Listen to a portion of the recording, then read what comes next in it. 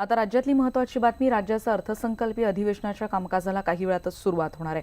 दुष्काळाचा मुद्दा आणि त्यावर सरकारला घेण्याची विरोधकांची तयारी आहे आणि शेतकऱ्यांपर्यंत आधीची न पोचलेली नुकसान भरपाई आणि दुष्काळ त्याचबरोबर पाणी टंचाई या सगळ्यावरून विरोधक हल्लाबोल करण्याच्या तयारीत आहेत। राज्यपालांच्या अभिभाषणाने आजच्या अधिवेशनाची सुरुवात होईल।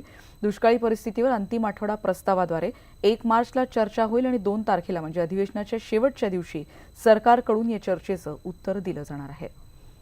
आणि या संदर्भात आपण अधिक बोलणार आहोत। विवेक कुलकर्णी आमचे प्रतिनिधी आता आपल्या सोबत आहेत। विवेक, निवडणुकांच्या आधीचं हे महत्त्वाचं अधिवेशन असंच म्हणावं लागेल? निश्चितपणे लोकसभा निवडणुकीच्या आधी हे अंतरिम अर्थसंकल्प सादर करणारे हे अधिवेशन आहे। 5 दिवसांचं हे अधिवेशन असणार आहे आणि त्याची सुरुवात आज सकाळी 11 वाजता राज्यपालांच्या अभिभाषणाने होईल। त्यानंतर पुरवण्या मागण्या या पटलावर ठेवण्यात येतील आणि त्यानंतर काही शोक प्रस्ताव असतील, अशा साधारणतः आजचा दिवसभराचा कार्यक्रम असणार आहे।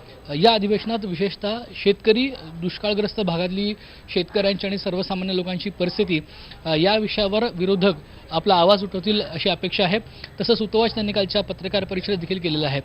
राज्य सरकारनं आतापर्यंत दुष्काळग्रस्त भागात जी काही मदत केलेली आहे ती शेतकऱ्यापर्यंत व्यवस्थितरित्या पोहोचलेली नाहीये, असा विरोधकांचा आरोप आहे आणि याच मुद्द्यावर विरोधक सरकारला धारेवर धरतील।